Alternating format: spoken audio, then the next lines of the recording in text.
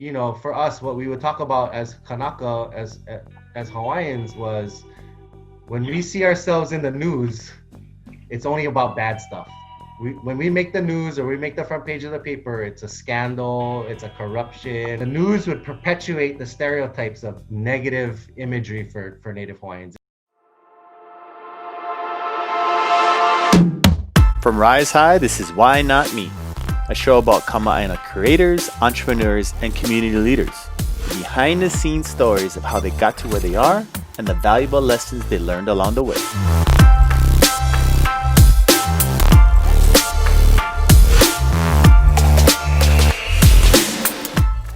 I'm your host, Gabe Ame, and in this episode, we sit down with Keoni Lee, co-founder of ʻŌiwi TV, Vai Collective, and now CEO of Hawaii Investment Ready. In his early 20s, Keoni was a self-proclaimed hardcore capitalist, focused on making money and very little to do with giving back to the community. That all changed with one fateful experience that transformed Keoni's priorities. For the last 20 years, Keoni has been at the forefront of building purpose-driven businesses while mentoring up-and-coming social entrepreneurs who are helping redefine how business should be done in Hawaii. I want to welcome to the show our next guest to Why Not Me. We got Mr. Keoni Lee. How's it going, Keoni? Hey, how's it, Gabe? Aloha. So Keoni, when I introduce you, I think of the term social entrepreneur, right? So someone who's obviously, there's a business aspect behind, you got to make money to be in business, but it's not always about making money. It's what can we build to be a betterment of the community? And this was reflected in the three ventures that you either co-founded or you're currently working on. So I want to start off with your first big entrepreneurial experience, which was ʻŌiwi TV. It didn't, you said that talking to you, that wasn't something that you always thought of. It's something that came out during your college years, right? Yeah, I'm not a filmmaker. I'm not a creative type in that sense. I was a business guy. I'm a business major. Wanted to go to school. I was good at making money. That was my jam, and I never really put it together of how that skill set could do good. It wasn't until college that I met my future business partner at ʻŌiwi TV, Nāʻālehu Anthony. He and I were at UH together. There was like 3 or 4 Hawaiians in the business school. It's not a place where the Hawaiians really would hang out. So we kind of stuck together through that and formed a friendship. And when you graduate from MBA, you do a consulting project instead of like a paper. So we did a consulting project on the Polynesian Voyaging Society, so Hokulea, and Nāʻālehu was a crew member at the time, and he's like, well, if you really want to understand what this organization is about, you got to sail. And so I was like, whoa, shoots. Like, I'm an ocean guy, so it was cool for me to do that, and it really opened my eyes. And I think anybody who's been around Hokulea can tell you when you touch and you connect with that canoe and that ba'a, when you connect with her, your life changes. And that's true for me as well. It was on board having conversations with other kind of folks that are my age at the time, in our early 20s, who challenged me, and we had really good conversations about what kind of good I could do for the community. Because at the time I was a hardcore capitalist. I just wanted to make money. I didn't give a rip. So what were you doing? So give an example. Early 20s. What kind of jobs were you doing at that time? I was selling mortgages. I was selling mortgages. I was bartending. I was a nightclub DJ. Like, I was just like, and doing promotions. So I mean, it was just that fast-paced kind of life, and I wasn't really thinking about community. I was really thinking just about myself. That realization through that Hokulea kind of experience and kind of that awakening opened me up that I think I could do something really good instead. I actually came home from, I went away and finished college in Oregon. And then when I came home, I went to go work for a law firm. I wanted to be a corporate attorney, a business corporate attorney. It just wasn't, I didn't feel good working in that space. And I think that was kind of what started to set me in the right direction. was that just making money and being surrounded by people who that's all they would think about really didn't sit well with me. It opened my mind, I think, and my heart to other possibilities. So when I was on Hokulea and I was having conversations with these really community-minded folks, the connection finally and the light bulb finally went off for me that I might have my skill sets around business might have a different purpose than how I originally thought was the kind of extent of it. And that led me down a path. And, it took a few years after college to ʻŌiwi TV to kind of manifest. Nāʻālehu and I would try to come up with other business ideas, and it's kind of embarrassing to talk about it in retrospect, some of the ideas that we had. But he came to me with ʻŌiwi TV one day. He said his friends, because he was working in news at the time. Nāʻālehu's the filmmaker. I was the business and kind of computer guy.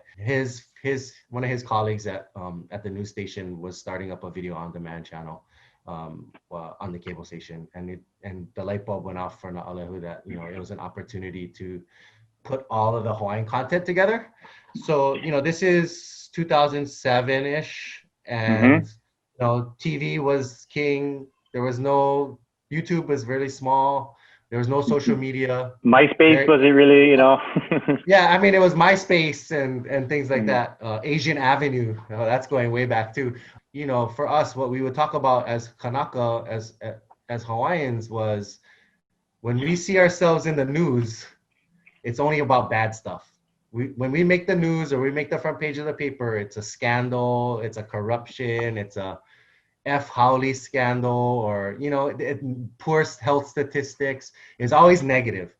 The news would perpetuate the stereotypes of negative imagery for Native Hawaiians. It would never talk about the good stuff that was going on in our community. And so for us, we felt like there was an opportunity through technology, with these advancements in technology, for us to get Hawaiian voice to control our own voice in media. And it was a real simple, big but simple idea that we had, and we never expected it to get to the level that it eventually got to, where we're traveling around the world again with Hokulea, around the world to different indigenous communities through our work throughout Hawaii. We never imagined that from the beginning. It was just this simple idea of, here's a problem that Hawaiians, we don't control our own stories.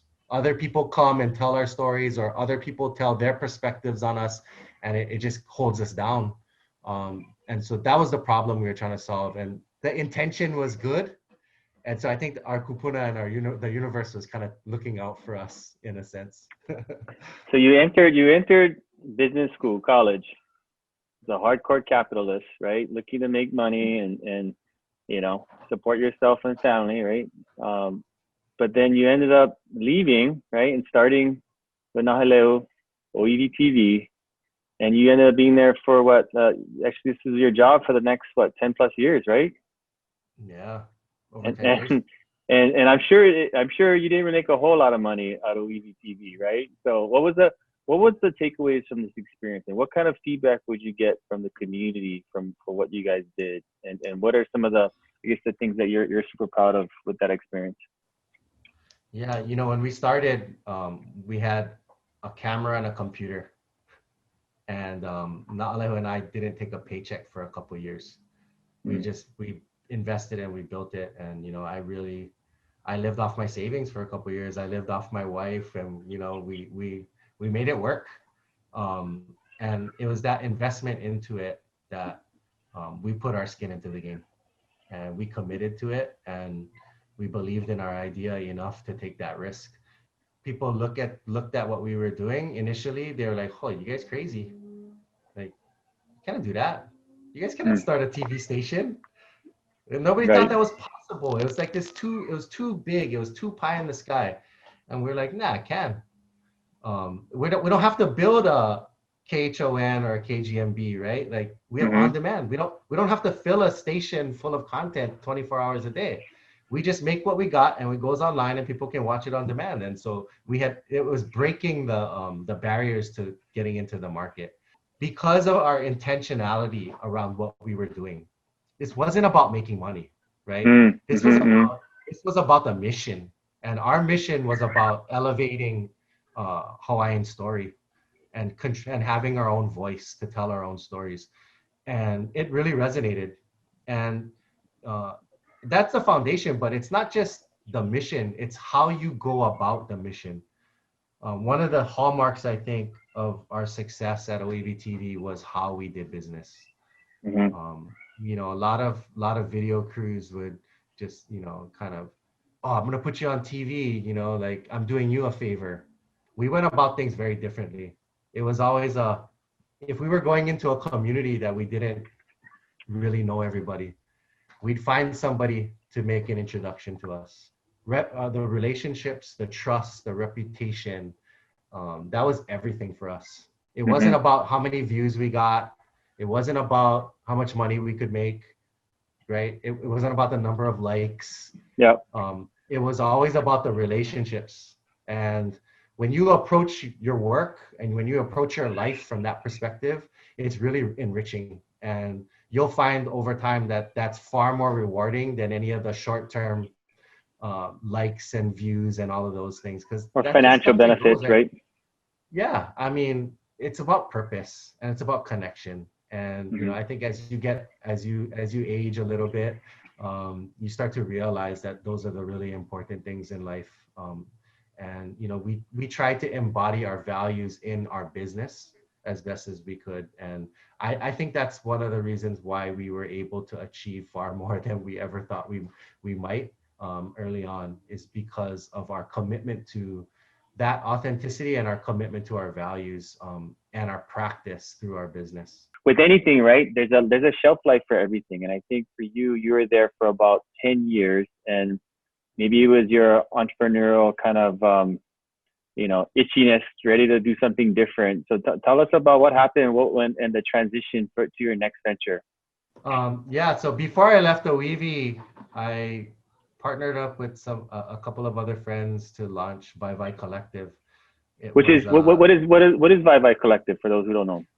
So Vai Vai, its first endeavor and incarnation was, it's a 5,000 square foot space in Mo'iliili, so right near University of Hawaii, near Pucks Alley, and it was a contemporary Hawaiian gathering space, is what we would call it. And Mm-hmm. it it started out as an experiment to answer the question of what would a values-based economic system look like in Hawaii in a contemporary context. So we wanted to create a space where we could kind of repurpose ancestral ways of thinking, being, and values into a contemporary context. So, the way that kind of played out for us was, like, you take off your shoes when you come inside. That was our way Mm-hmm. of putting cultural protocol, right? Like when you go in somewhere and you take off your shoes, you act different. Yep. And so that was our way of having a little cultural protocol in the space. We had a zero waste policy. We had a sustainability policy. All of the vendors that we would hire and work with would all be locally owned, INA based as much as possible. And so we set these standards for the values that we wanted the business to embody and to create community around those values. Because we had this idea and this hypothesis that, we were seeing failure in Hawaii, and we're seeing things kind of break down and erode because the connections within our community were changing. Mm-hmm. But that essence of Hawaii, right? That essence of our community is still around, and it's still there. People still feel it, and they still believe that that's them. But kind of how things have changed out in our society kind of goes against it. And so we Mm-hmm. wanted to create a space where you could live those values and practice those values on a daily basis. And we found that there was something interesting and exciting about that. And that when we talked about values, rather than talking about race or ethnicity, and we spoke about values and humanity, that we could really bring people together. And that sense of community is really powerful, because when you have trust and when you have cohesion in a community, you can do good things. In terms of Vai Vai, you've got some, you had your experience with OEV TV, but you also had some heavy hitter co-founders, Mahina and Jamie. So why don't you kind of share who they are and what kind of background experience they brought to the table to Vai Vai? It was never about ego for any of us. So with Nāʻālehu and Amy Kalili at OAV TV, like it was never about ego for us. It was always about the mission. And we each brought our own skill set and network to it, and made it go. And it was that synergy of the three that made it be successful. And that recipe was the same with Vai Vai too, right? I partnered with Mahina Paishan Duarte, you know, longtime educator, Hawaiian educator, cultural practitioner, co-founder, Pai Pai Oheia, and then Jamie Makasobe, who's one of the co-founders and owners of Kealo Pico, the fashion company. And so, you know, super smart. And we each brought Vai Vai wouldn't have been Vai Vai if it wasn't for the three of us. We each contributed our unique skills and gifts. Like we shared this idea, right? Like we were all in agreement that, okay, Hawaii got some major problems and things are going in a direction that we don't feel good about. So what are we going to do about it? And it was about building those relationships. You can't build relationships so much on a screen, right? But you can build it with face to face. You can build it when you're co-working with other people every day. And when you're going to events with people and you see them over and over again, and you know that I'm here because of my values and I believe in this place. And so they're here because they share the same values as me. And so I may not know you, but because you're here and I'm here, we have something in common. And so it was amazing and beautiful to see the kind of connections that were forming and being created at Vai Vai that wouldn't have been created elsewhere. That's what it was about. It was about creating connections through our community so that we can do good and we can do better as a community. But eventually you decided to do another transition, right? And I find it interesting because your next venture, Hawaii Investment Ready, you know, and I'll let you explain what Hawaii Investment Ready is, but I look at your arc of your journey, right? You know, you started as a full-blown capitalist, and then you went into really the nonprofit community space full-blown. And then I feel like with you now having that entrepreneurship background and then that community-based nonprofit background, Hawaii Investment Ready is kind of like the merging of both your experiences and expertise into this whole nurturing and mentoring other social entrepreneurs. So why don't you share your duties now as CEO of Hawaii Investment Ready? What HIR is really, it's a nonprofit organization that's looking and supporting a better way of doing business. So, you know, I started off as, like I said, as a hardcore capitalist. Like I was just all about making money, super selfish, didn't care, didn't understand or even was aware of how bad capitalism and kind of how business was done was hurting people and planet. And I think my experiences through OAV TV and Vai Vai, you know, those 12 years was a education for me. In a sense, I really got to understand community. I really got to understand the issues that are affecting people in Hawaii and abroad. I think what it did is it really opened my perspective to what was really happening out in community. And, you know, because my mind thinks in economics and finance and business, I would see those trends through the stories that we were telling. And for me, what I really recognized was that until we change how business is done, we're going to continue to see these problems that create inequities, injustice, and destroy our planet and really break apart our communities. What we're seeing out in our communities, and we're seeing the suffering that happens out in our communities and to our planet, that it's not okay and that we can actually do something about it. But in order for things to really change, we have to get away from that business model. And that business model is about maximizing profit at any cost. Hawaii Investment Ready, to make long story short, is about changing the way in which we invest. It's about changing the way and uplifting a new way of doing business. I want to jump over to this segment, which we do a little flashback on Instagram. What are we looking at here? What's going on? I went to do a 2-week backpacking trip in Wyoming. I wanted to challenge myself. I was just kind of having a reflection. Like I knew my time at OEV TV was coming to an end because I could just tell it accomplished all the things that I wanted it to do. and Yep. it was time for me to pass it on. But for me, it was about figuring out my why. What was next for me? And you know, I was so comfortable in ʻŌiwi TV. I was so comfortable that was my existence. So I wanted to kind of be uncomfortable, and I wanted to be able to clear my mind and get out into nature in a different kind of way, in an unfamiliar place, challenge myself. And so I wanted to get out into nature. No devices, no computers, no emails, no social media. And so I just wanted to disconnect. And so the first picture on the mountain is a good one because I'm afraid of heights. And that's at 13,000 feet. I'm at the summit of a 13,000 foot mountain on there. And I climbed that sucker and I was freaking out on the way up. But I did it. Like, I was like, no, I'm going to do it. I'm going to do it. I'm going to do it. I just look down, don't look down, and just go, right? And I get to the top and I just like, I was like super pumped. And I took this picture. In that experience of being with strangers out in the environment, like we had some gnarly stuff, like there's bears, there's cougars, or there was a wolf chasing an elk, lightning storms, getting split up in the group, like all kind of challenges. But what I found was like the things that we learned on the canoe and the values that we have in Hawaii that we grow up with came in super handy in that environment.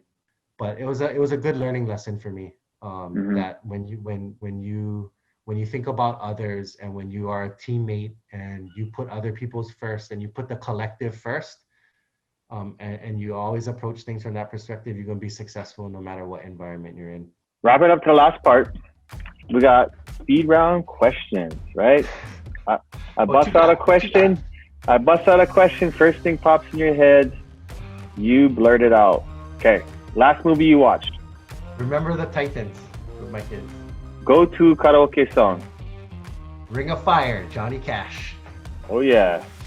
On weekends, you can catch me. Holo, fishing.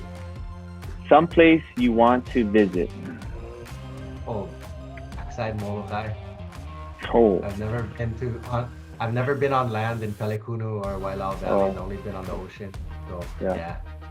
If you could have dinner, anyone dead or alive, who would that person be? Mahatma Gandhi.